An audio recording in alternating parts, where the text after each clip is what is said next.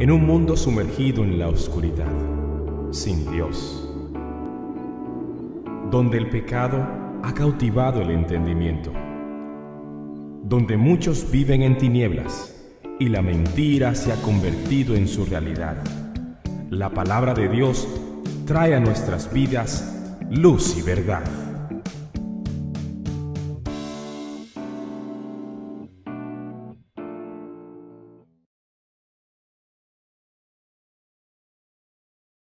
Primera de Corintios capítulo 15. Y lo que yo pretendo demostrar en estos primeros 4 versículos es que la doctrina de la resurrección de Cristo es bíblica. Es bíblica. Nosotros creemos en la suficiencia de las Escrituras, en la inerrancia de las mismas, sin errores, perfecta. Creemos en la palabra del Señor y creemos que en ella encontramos todo lo necesario para la salvación y para la obediencia en la fe en Jesucristo. Ahora, ¿qué es lo que dice acerca de la resurrección de Jesús? Bueno, los primeros 4 versículos dicen lo siguiente: ahora os hago saber, hermanos, el evangelio que os prediqué, el cual también recibisteis, en el cual también estáis firmes, por el cual también sois salvos si retenéis la palabra que os prediqué, a no ser que hayáis creído en vano. Porque yo os entregué en primer lugar lo mismo que recibí, que Cristo murió por nuestros pecados conforme a las Escrituras, que fue sepultado y que resucitó al tercer día conforme a las Escrituras. El texto que vamos a ver hoy día realmente no hay mucho que añadirle, porque es tan claro este pasaje. Y la primera claridad que nos deja ver es lo que dice en el versículo número 4, que Cristo fue sepultado y que resucitó al tercer día conforme a las Escrituras. El versículo 3 nos dice que Cristo murió por nuestros pecados y dice conforme a las Escrituras. Es decir que antes de que esto ocurriera, la muerte de Cristo, la resurrección de Cristo ya estaba anunciada, ya había sido predicha. Por ejemplo, aproximadamente 800 años antes, el salmista en el Salmo 16, versículo número 8, oiga lo que dice David: al Señor he puesto continuamente delante de mí, porque está a mi diestra, permaneceré firme. Por tanto mi corazón se alegra y mi alma se regocija. También mi carne morará segura, pues tú no abandonarás mi alma en el Seol, ni permitirás a tu santo ver corrupción. ¿Qué era la corrupción? ¿A qué se está refiriendo con esto? Bueno, el día que tú y yo tengamos que partir de este mundo, iremos a una bóveda fría, en una caja de madera, y nuestro cuerpo, vendrán los gusanos, y los huesos, y los músculos, y tendones, y todo desaparecerá. Nuestro cuerpo se volverá corrupto. La corrupción propia del cuerpo será evidente. Pero el texto nos dice aquí: tú no abandonarás mi alma en el Seol, ni permitirás a tu santo. Esa palabra santo está con mayúscula. Ni permitirás a tu santo ver corrupción. Es una alusión clara a Cristo acerca de la resurrección. Por lo tanto decimos que la resurrección de Cristo es una doctrina bíblica, no es un invento de los hombres, no es una mitología, es algo que ya estaba predicho mucho tiempo atrás. Mateo 16, 21 dice así: desde entonces Jesucristo comenzó a declarar a sus discípulos que debía ir a Jerusalén y sufrir muchas cosas de parte de los ancianos, de los principales sacerdotes y de los escribas, y ser muerto y resucitar al tercer día. ¡Wow! Cuando Cristo menciona estas palabras, Él está vivo. Él sabía exactamente lo que iba a ocurrir, que iba a ser entregado, que iba a ser juzgado, que iba a padecer, que le iban a abandonar y que lo iban a matar en una cruenta cruz. Él sabía eso, pero también Él sabía que iba a resucitar. Y es por eso que en este texto Él dice con claridad meridiana, y ser muerto y resucitar al tercer día. La doctrina de la resurrección de Cristo no es un invento de los hombres. Es bíblica, es veraz. Y a ese salmo que leímos en el Salmo 16, la palabra del Señor en el libro de los Hechos también hace referencia. Y Lucas la describe como lo que dice el apóstol Pablo. Y mira lo que dice la Biblia. Dice allí, Hechos 13, del 34 al 39. Y en cuanto a que le resucitó de entre los muertos para nunca más volver a corrupción, Dios ha hablado de esta manera: os daré las santas y fieles misericordias prometidas a David, haciendo referencia a lo que él dijo en el Salmo 16 que leímos. Por tanto, dice también en otro salmo: no permitirás que tu santo vea corrupción, porque David, después de haber servido el propósito de Dios en su propia generación, durmió y fue sepultado con sus padres y vio corrupción. Pero aquel a quien Dios resucitó no vio corrupción. Por tanto, hermanos, sabed que por medio de él os es anunciado el perdón de los pecados, y que de todas las cosas de que no pudisteis ser justificados por la ley de Moisés, por medio de él todo aquel que cree es justificado. ¡Qué bendición! Algunos querían alcanzar el perdón y la justificación de Dios mediante las obras de la ley en Moisés. Esperaban alcanzar el favor de Dios con las obras. Pero en Cristo Jesús alcanzamos su favor solamente por creer. Nada más. La realidad de la resurrección de Cristo es confiable. En 1 Corintios 15, del 5 al 11, dice lo siguiente: que se apareció a Cefas y después a los 12. Luego se apareció a más de 500 hermanos a la vez, la mayoría de los cuales viven aún, pero algunos ya duermen.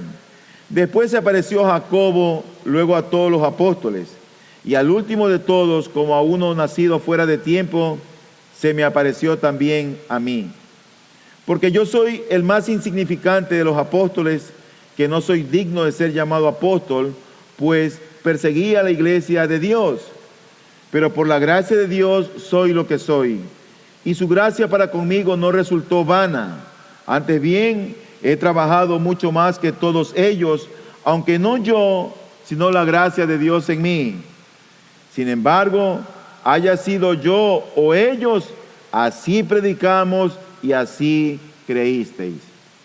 La Biblia nos describe y habla acerca de un hombre que se aseguró de tener evidencias concretas y fidedignas acerca de la resurrección de Cristo. Este hombre fue el doctor Lucas. Mira lo que escribe Lucas en el capítulo 1, versículo 1 al 4. Dice él: por cuanto muchos han tratado de compilar una historia de las cosas que entre nosotros son muy ciertas, tal como nos las han transmitido los que desde el principio fueron testigos oculares y ministros de la palabra, también a mí me ha parecido conveniente, después de haberlo investigado todo con diligencia desde el principio, escribírtelas ordenadamente, excelentísimo Teófilo, para que sepas, y me encanta esto, la verdad precisa acerca de las cosas que te han sido enseñadas. En su primer tratado, Lucas está escribiendo aquí a un amigo Teófilo. En el segundo tratado que escribe Lucas, que es el libro de los Hechos, él describe todo lo que ocurrió en los tiempos de la iglesia primitiva, todo lo que el Espíritu Santo le dio para que escribiese. Y una de las cosas que escribió fue lo que ocurrió con el apóstol Pedro. Y en Hechos capítulo 2, versículo 22 al 24, dice lo siguiente: varones israelitas, escuchad estas palabras.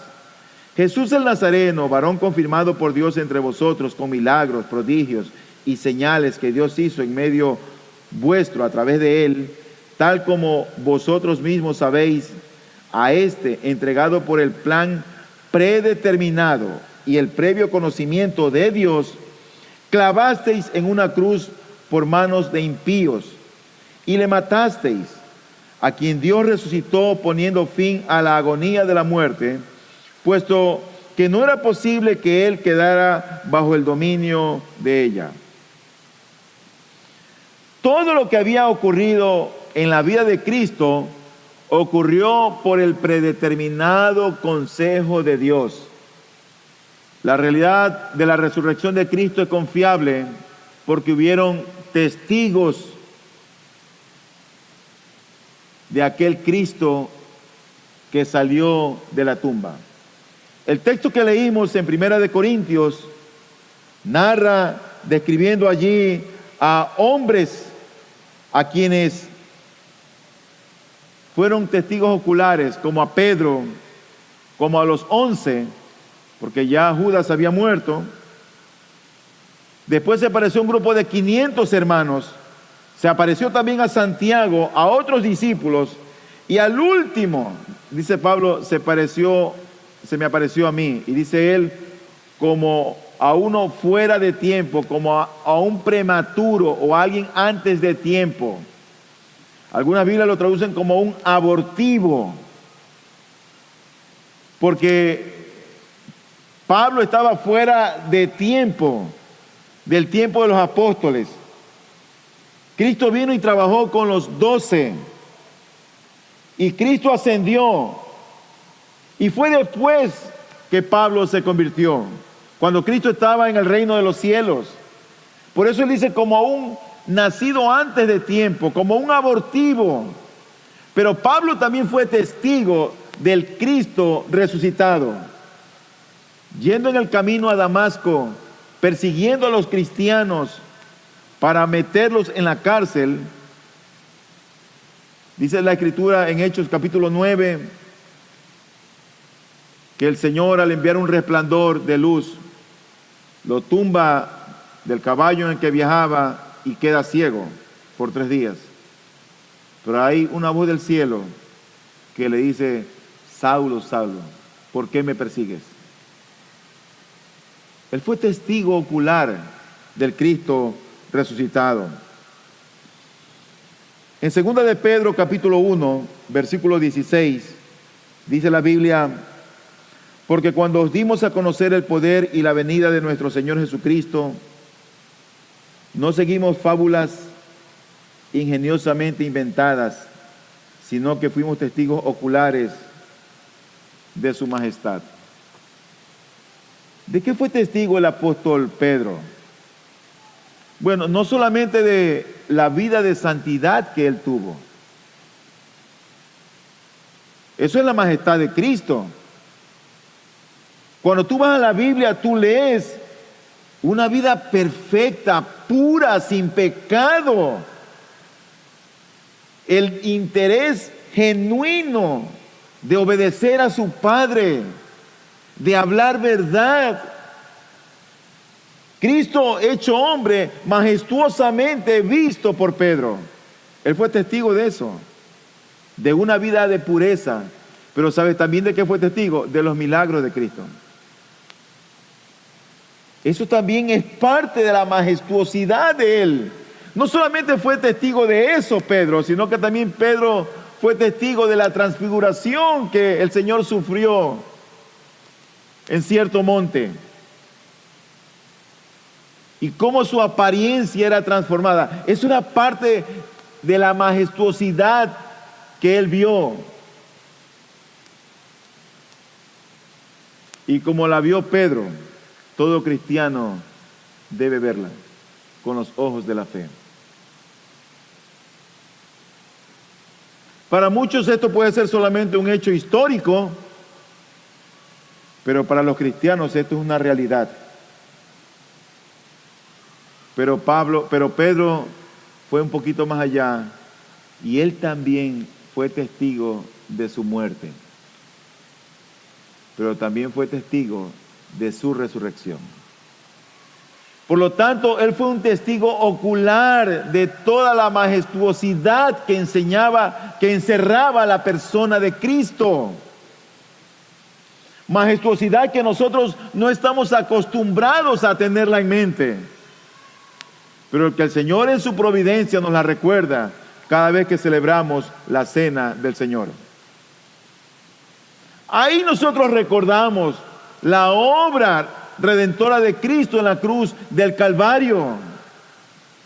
En 1 de Juan 1, del 1 al 3, dice lo siguiente: lo que existía desde el principio, lo que hemos oído, lo que hemos visto con nuestros ojos, lo que hemos contemplado y lo que han palpado nuestras manos acerca del verbo de vida, pues la vida fue manifestada y nosotros la hemos visto y damos testimonio, y os anunciamos la vida eterna, la cual estaba con el Padre y se nos manifestó.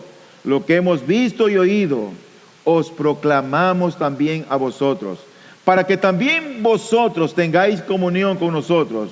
Y en verdad nuestra comunión es con el Padre y con su Hijo Jesucristo. Estas palabras fueron escritas por el apóstol Pablo, ya en la postrimería de su vida, en la etapa final de su vida. ¿Cómo era posible que él pudiera tener comunión con Cristo que había sido muerto, a no ser que esté vivo y haya resucitado? Por eso él dice con toda certeza, y nuestra comunión es con el Padre y con su Hijo Jesucristo. De donde nosotros entendemos que Cristo había resucitado.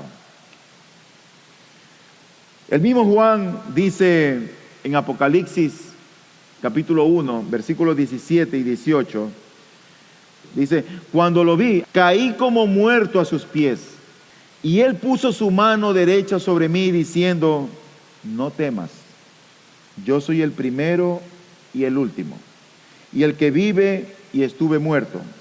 Y aquí estoy vivo por los siglos de los siglos, y tengo las llaves de la muerte y del Hades. A lo largo de toda la Biblia, dicen los teólogos que hay 365 no temas, como que si fuera uno para cada día. Y ese no temas tiene que ver con la resurrección de Cristo.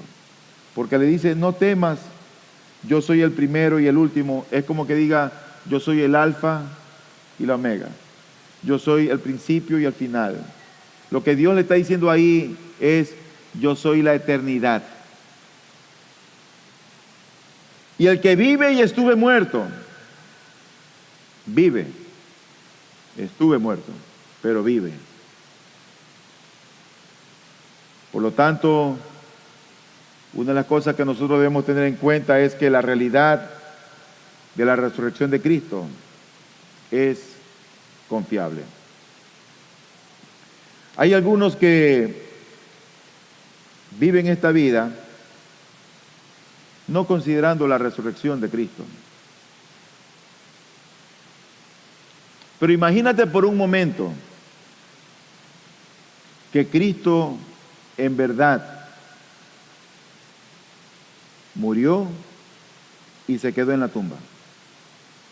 No resucitó. Imagínate por un momento que Él no haya resucitado. Vino la muerte, Lo bajaron de la cruz, lo sepultaron. Y hoy en día, al igual que las pirámides de Egipcio, o que el cementerio en Westminster, o el cementerio en Arlington, igual, ahí tiene el cuerpo de Cristo. Imagínate que eso fuera de esa manera. Bueno, la ausencia de la resurrección de Cristo para el cristiano es inimaginable. Es inimaginable. Mira lo que dice el apóstol Pablo. 1 Corintios 15, 14. Dice allí: y si Cristo no ha resucitado, vana es entonces nuestra predicación. ¿Sabes? No tendría razón de ser estar en esta plataforma hablando de un hombre que fue a la cruz, que murió y ahí quedó. Porque Buda murió y también quedó ahí. Muchos profetas murieron y ahí siguen. Los apóstoles murieron y ahí siguen. Sus cuerpos, polvo, vieron corrupción. El mensaje que predicamos desde aquí no tendría valor. ¿Para qué predicar de un Cristo que murió en la cruz, que fue sepultado y allí quedó? No tendría razón de ser. El mismo versículo 14 dice: y si Cristo no ha resucitado, vana es entonces nuestra predicación y vana también vuestra fe. ¿En quién estaríamos nosotros depositando nuestra fe? ¿En un muerto? Pero la fe del cristiano está en un hombre que, siendo Dios, se humanó, vino a la tierra, venció la muerte y resucitó. Dice el versículo 16 y 17: pues si los muertos no resucitan, entonces ni siquiera Cristo ha resucitado. Y si Cristo no ha resucitado, vuestra fe es falsa. Para muchos, Cristo todavía está en la cruz. Y por eso es que muchos usan ese crucifijo y todavía lo tienen ahí colgado. Porque todavía tienen ellos la imagen de un Cristo que murió, que quedó en la cruz. Murió. En tercer lugar, 1 Corintios 15:15. Dice allí: aún más, somos hallados testigos falsos de Dios, porque hemos testificado contra Dios que Él resucitó a Cristo, a quien no resucitó, si en verdad los muertos no resucitan. Si Cristo no ha resucitado, dice él, nuestro testimonio es falso. Porque nosotros entonces estamos predicando a un Cristo que resucitó cuando no ha resucitado. Nuestro testimonio cristiano sería falso. Pero nuestro testimonio cristiano no es falso, es verdadero, porque la Biblia así lo demuestra, que Cristo venció la muerte, que se apareció a muchos testigos, que en aquel entonces estaban vivos, otros habían muerto, y nosotros lo creemos. ¿Qué otra consecuencia traería si Cristo en verdad no hubiera resucitado? Ciertamente que la ausencia de la resurrección de Cristo para el cristiano es inimaginable. Inimaginable. Pero si Cristo no hubiera resucitado, el cristiano estaría perdido en sus pecados. Perdido en sus pecados. Mira lo que dice 1 Corintios 15:17. Y si Cristo no ha resucitado, vuestra fe es falsa, todavía estáis en vuestros pecados. Todavía estáis en vuestros pecados. Porque la garantía del perdón de nuestros pecados es que Cristo venció la muerte. ¿Por qué vino la muerte a este mundo? Por causa del pecado. Pero Cristo venció la muerte, que es el último enemigo por vencer. El pecado ya no se enseñorea de nosotros. Pecamos, pero el pecado no es nuestro amo, no es nuestro Señor. Cristo es nuestro Señor. Él gobierna nuestras vidas. En nuestras debilidades, en nuestras flaquezas, Él es nuestro Señor. Pero la muerte será el último enemigo en vencerlo. Cuando tú y yo tengamos que resucitar como Cristo resucitó. Por lo tanto, el cristiano estaría perdido en los pecados si Cristo no hubiese resucitado. Pero aún así también todos aquellos hombres y mujeres que murieron creyendo en el Redentor, que murieron creyendo en Cristo, que murieron creyendo en el Evangelio, todos aquellos que murieron con la fe puesta en lo que Dios decía, ¿sabe qué pasaría con ellos? Estarían perdidos. Porque si Cristo no resucitó, ¿cómo confiar ellos en alguien que la muerte lo venció, que la muerte lo derrotó? ¿Cómo? 1 Corintios 15, 18 dice: entonces también los que han dormido en Cristo han perecido. Finalmente, si Cristo no ha resucitado, los que nos llamamos cristianos seríamos dignos de lástima. Seríamos dignos de lástima, porque nuestra fe está puesta en Cristo, a quien la muerte lo derrotó. Mira, Cristo no creó al hombre para que muriera. Cristo lo creó al hombre para que viviera. ¿Cuándo vino la muerte? Cuando el hombre se rebeló contra Dios y pecó contra Dios. Ahí vino la muerte. Y cuando vino el pecado entró la muerte, y la muerte pasó a todos los hombres. Cuando vino Cristo, la muerte también tocó a Cristo. Pero la muerte no pudo con Cristo. Como dice el apóstol Pablo, ¿dónde está, oh muerte, tu aguijón? ¿Dónde, sepulcro, tu victoria? La muerte no pudo detener a Cristo. Finalmente, 1 Corintios 15, 19 dice: si hemos esperado en Cristo para esta vida solamente, somos de todos los hombres los más dignos de lástima. Si Cristo no ha resucitado, somos dignos de lástima. Pero nuestro Cristo ha resucitado, creemos en su resurrección, y creemos que Él vive. Yo quiero que ahora tú pienses en el hecho de la resurrección de Él. Si tú crees en ese Cristo resucitado, eso tiene ciertas implicaciones.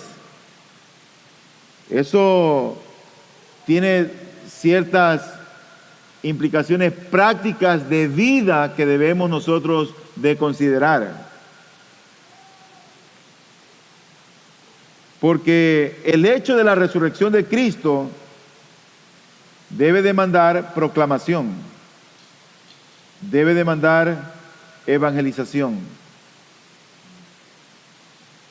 debe demandar testificar lo que creemos y lo que hemos visto con los ojos de la fe. Veamos capítulo 3 de Hechos, el versículo 13.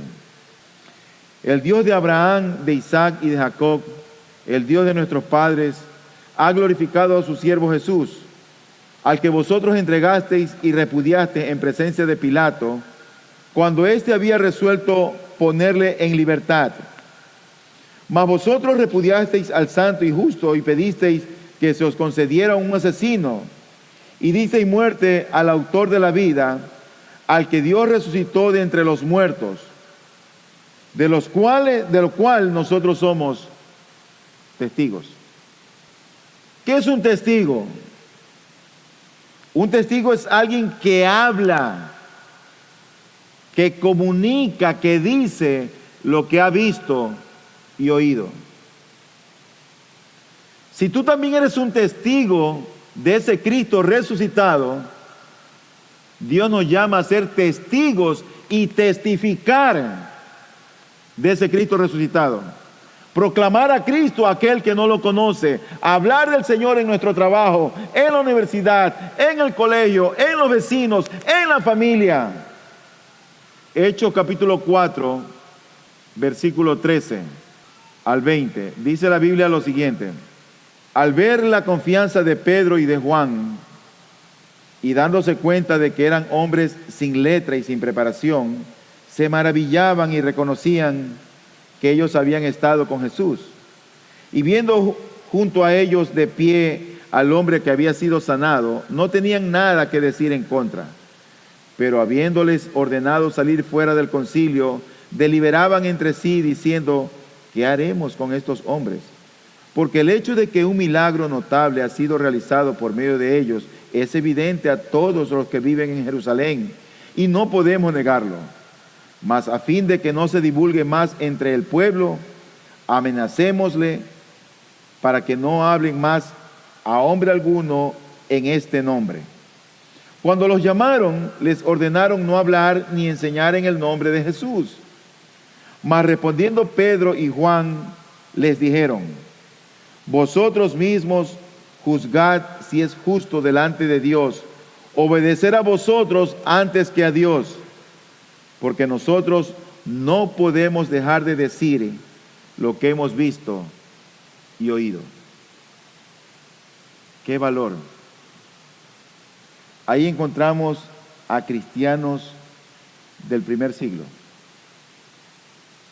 Están enfrentados con las autoridades. En ese momento podían haberlos encarcelado o los podían haber latigueado. El ser cristiano en ese tiempo implicaba también el riesgo de la muerte. Pero ellos tuvieron valor para decir: nosotros no podemos dejar de decir lo que hemos visto y oído. Quiero traer una palabra de aplicación. Todo creyente ha sido escogido desde la eternidad en el predeterminado consejo de Dios para que creamos. No hay nada que en esta vida nos va a separar del amor de Dios en Cristo Jesús. Nada. Ni la muerte, ni la vida, ni ángeles, ni principados, ni las pruebas, ni la escasez. Nada nos va a separar del amor de Dios en Cristo Jesús para los que hemos sido escogidos en el Señor. Y es el que persevera hasta el fin, como dice la Biblia, el que va a llegar a ser salvo. Pero a veces me pregunto, si el Señor nos quitara todo lo que tenemos, si nos quita nuestros seres queridos, si nos quita los bienes que tenemos, si nos arrebata la salud, ¿qué pasaría? Pero lo cierto es que hemos sido escogidos para creer. Pase lo que pase, vamos a seguir creyendo. Porque la gracia de Dios es lo que nos sostiene, no las circunstancias. Pero ahora creemos en la vida eterna y eso tiene su fundamento en la resurrección de Cristo.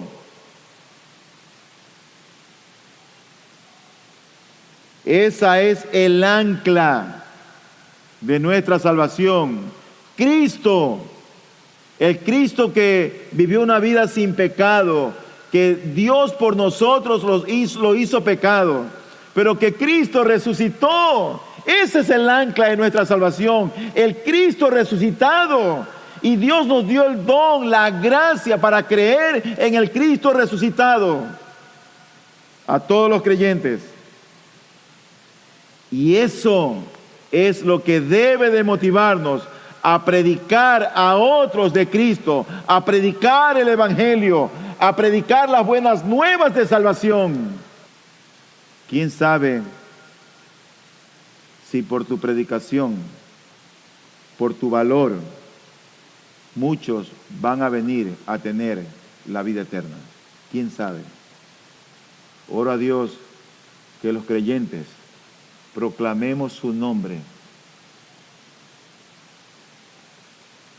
En tu casa tal vez tienes un hijo inconverso. Háblale de Cristo. No lo disfraces pensando que porque está en tu hogar, porque viene a la iglesia, crees que es cristiano o cristiana. No lo disfraces. Que no se autoengañe. Oro a Dios que Dios el Padre revele a ese Cristo resucitado al corazón de aquellos que no lo conocen. Luz y Verdad llega hasta usted gracias al compromiso y trabajo de personas e instituciones por la causa del Evangelio. Para obtener más información sobre nuestro ministerio y el trabajo que realizamos, ingrese a nuestra página web www.ibpg.es.